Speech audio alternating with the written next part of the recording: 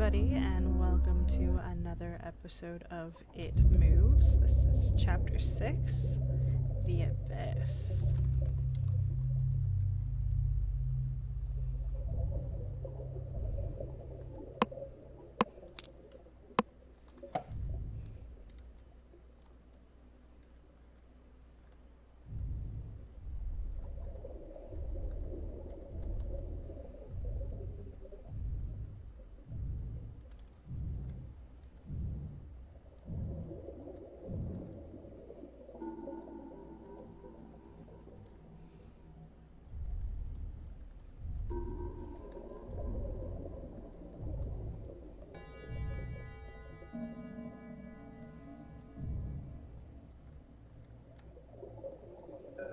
Huh.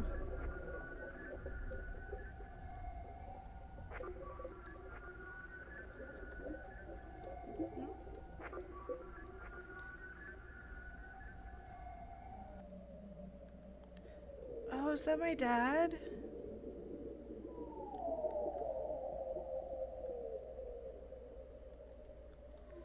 Drain water before...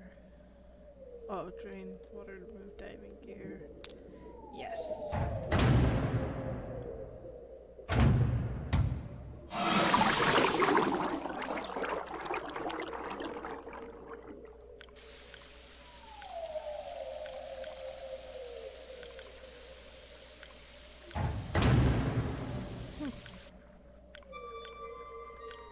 Is that my dad?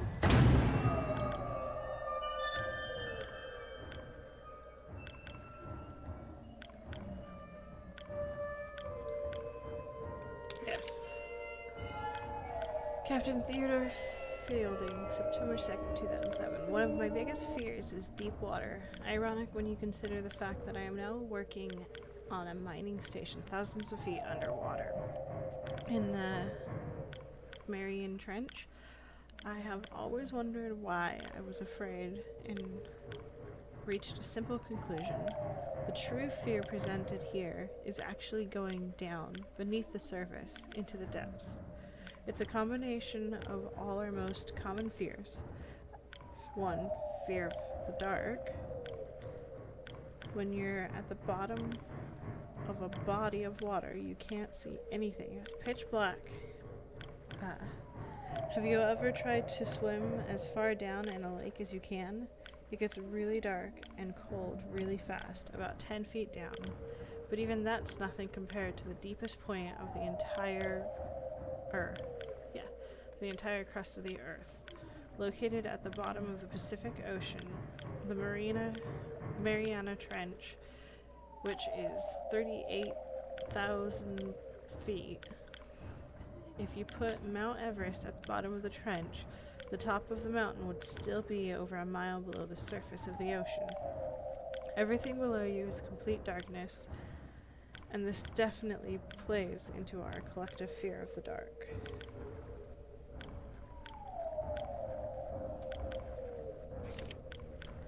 2. Fear suffocating. Have you ever gotten to the point where you swam down too far in the swimming pool and you seriously considered the fact that you might not make it back to the top before you ran out of breath?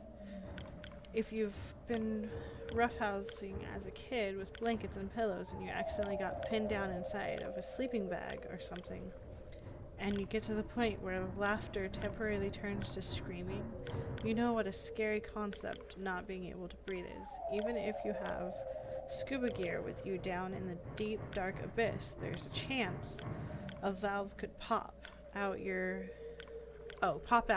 or you could run out of oxygen. You can't see, and you can't really take a deep breath. Could it get worse? Yes. 3. Fear of the unknown.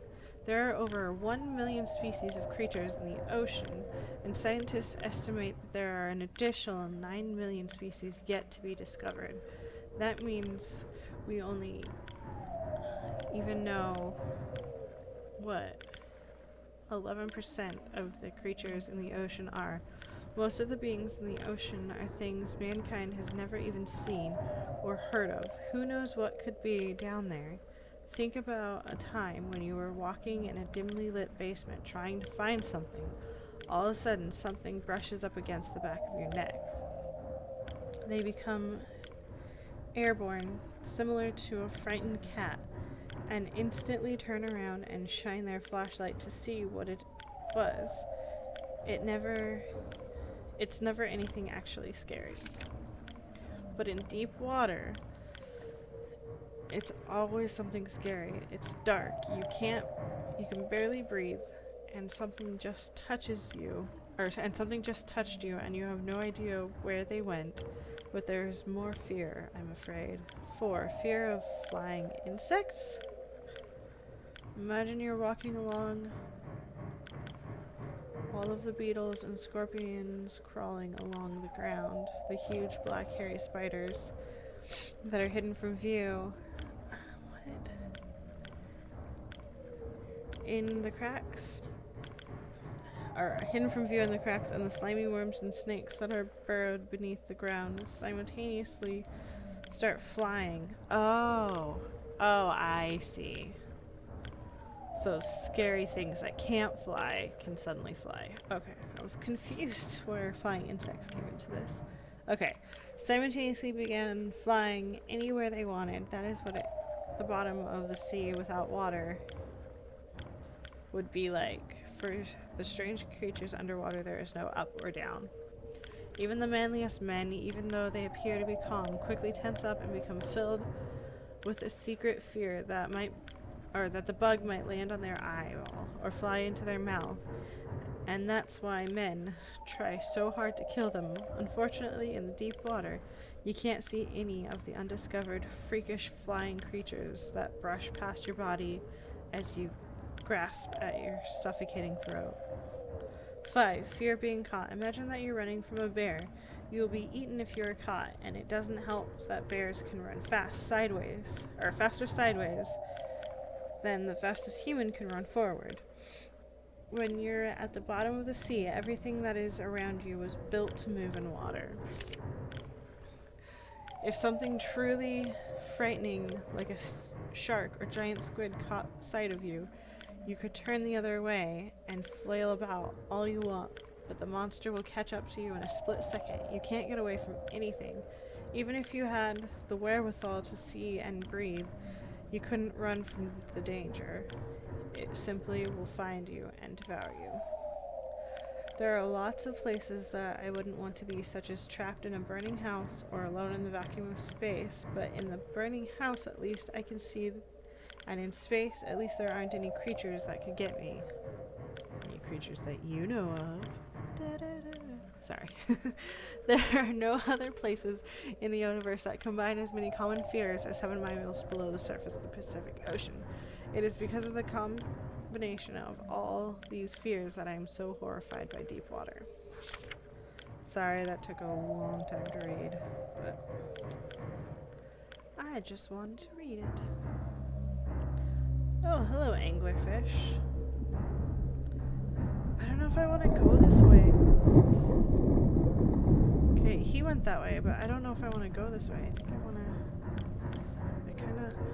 Oh, can I not? Oh, well, never mind then. I kind of wanted to explore, but seeing as I can't, I guess we're stuck going this way. Wait. What?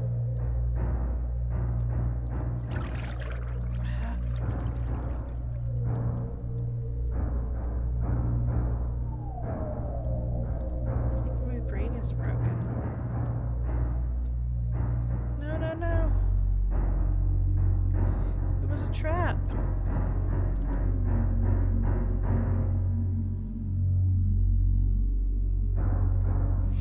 Oh God, no. Oh.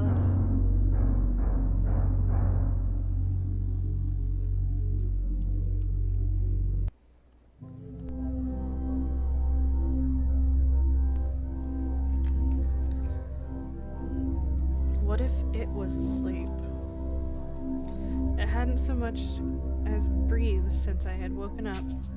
Perhaps it was resting, believing that it had finally got me, that I was finally in its grasp. Or perhaps it was toying with me. After all, it had been doing just that for countless nights. And now, with me under it, pinned against my mattress, with no mother to protect me, maybe it was holding off, savoring its victory until the last possible moment, like a wild animal savoring its prey.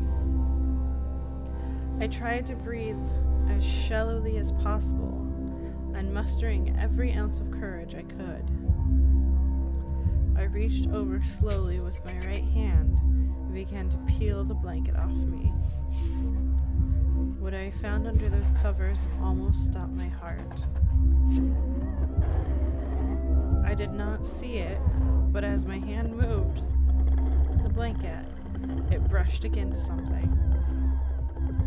Something smooth and cold. Something which felt unmistakably like a gaunt hand. I held my breath in terror, as I was sure it must now have known that I was awake. Nothing. It did not stir. It felt dead. After a few moments, I placed my hand carefully further down the blanket and felt a thin, poorly formed forearm. My confidence and almost twisted sense of curiosity grew as I moved down farther into a disproportionately large bicep muscle. The arm was outstretched, lying across my chest, with the hand resting on my left shoulder, as if it had grabbed me in my sleep. I realized that I would have to move this cadaverous appendage if I even so much as hoped to escape its grasp. For some reason, the feeling of torn, ragged clothing on the shoulder of this nighttime invader stopped me in my track. Fear once again swelled in my stomach and in my chest as I recoiled my hand in disgust at the touch of straggled, oily hair. I could not bring myself to touch its face, although I wondered to this day what it would have felt like. Dear God, it moved.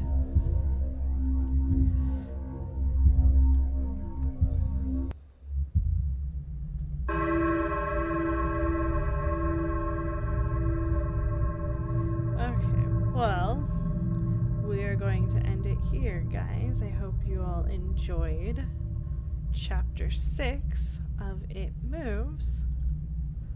And don't forget to check out Chapter 7, or I'll have Chapter 7 up tomorrow. Thank you for watching, and I'll see you guys in the next video.